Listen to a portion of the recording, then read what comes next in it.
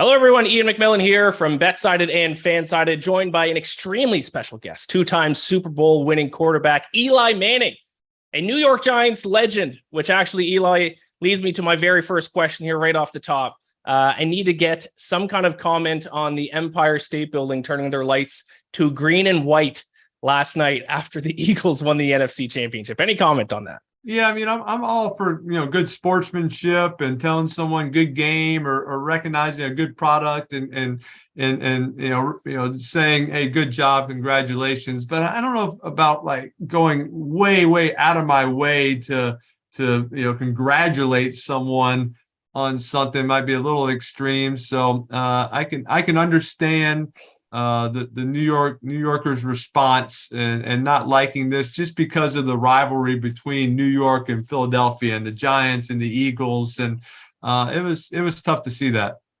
Yeah, a lot of New Yorkers very upset about that yesterday. You are partnered with Quaker, the official oatmeal sponsor of the NFL. We are going to get into that in just a few minutes, but I do have a couple more questions I want to throw your way. One specifically that relates to the NFC Championship game yesterday. The third quarterback rule. I wanted to get your thoughts on that because this was something that existed from 91 up until 2010, where teams were allowed to dress an emergency third quarterback that didn't count against the team's dressed player limit for the game. They got rid of that rule in 2011. Teams could then dress 46 players, but as we're seeing, teams are still mostly just dressing two quarterbacks. And what happens is if two quarterbacks go down, they don't really have anywhere else to go. And unfortunately, this happened in the NFC Championship game. Brock Purdy goes down, Josh Johnson goes down, and then they have to bring Brock Purdy in, who can't throw the football, and they just have to run the ball the rest of the game. Do you think the NFL should bring back the third quarterback rule, and kind of just what's your general thought about that?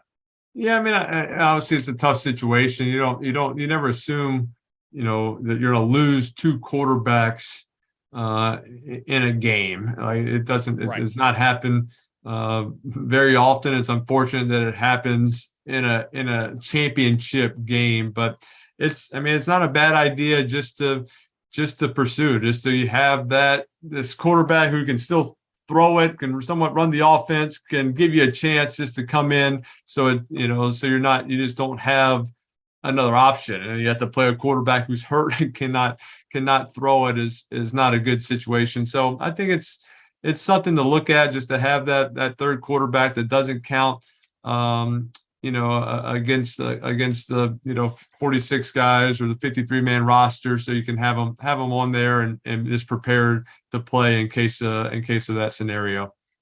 Yeah, I don't know if you're a hockey guy at all, Eli, but in the NHL, they have an emergency backup goaltender at each arena that can play for either team. Don't think that would work with a quarterback, though. I think quarterbacks got to know the playbook. But I think they should re-implement that rule, especially in an NFC Championship game. Hate to see that happen.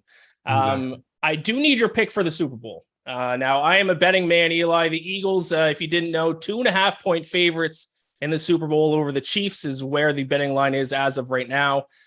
So not only do I want your pick to win, but let's talk about the spread. Can the Eagles cover that spread? And I'm going to ask you to try to take your New York Giants bias out of the equation. What's your pick for the Super Bowl? It's hard to take the bias out of there. That's why I was really bad at fantasy football my first couple of years, just because I'd pick, guys that I like and players and New York Giants players, and that's not how it should be done. But yeah, it's just, I think, I got a lot of respect for both teams. I think it's the two best teams in the NFL right now playing in this game.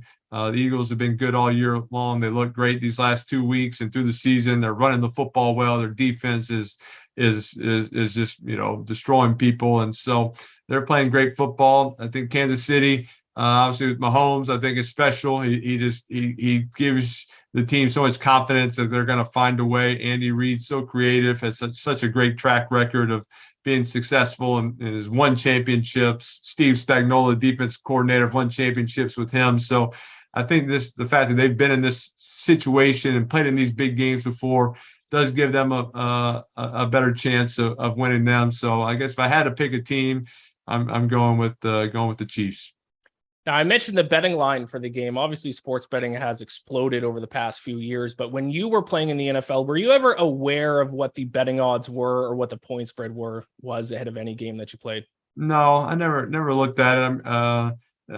For me, it was just, I looked at the defense and scheme and, what plays we're going to run. And that's all I cared about. And so I'm still not very good at that part of football. I just try to think, hey, matchups and personnel and styles and defensive coordinators and how that all goes into who I think is going to win the game. Now, with that being said, maybe I'm curious if you ever looked back. Obviously, your first Super Bowl win over the undefeated Patriots. Are you aware what the point spread was in that game? Do you know how just big of an underdog you guys 12. were? Was it 12? I think I have heard that since that it was maybe one of the bigger spreads in a game. So which makes it, I guess, a big upset, right? Yeah, around 12 and a half points. Underdogs in the second Super Bowl win only 2.5 points. So it was a spread for the second Super Bowl win. But yeah, 12 and a half points was around the point spread for the Super Bowl win. What are your general thoughts on the Giants heading into next year? Obviously, a very successful season this year. Made the playoffs, won a playoff game. What are your thoughts on the Giants in general? What do they need to do to take a step forward next year? Well, I think this offseason is big. Obviously, they got a couple of their own guys that are up that they got to look at signing back and keeping those core guys, but also need to make some splash in free agency or in the draft and do well in those deals and get a couple of key players that can come in and make it immediate impact on the team. But I thought they played really well this year. They kept games close. They were able to make fourth quarter comebacks, that's what you want from a team, that they don't get down, they don't get overwhelmed by the situation, and they can fire and play their best football at the end of games and in clutch situations. So that was great to see. I thought Daniel Jones played his best game of the entire season in the playoffs. So it's great that you have a quarterback that can rise to the occasion and play great there. So I'm excited about the future. I think the longer these guys stay within the offense and they keep the same coaches and same core of guys, the better off they can be, and they'll continue to just learn how to play better and go deeper into the playoffs.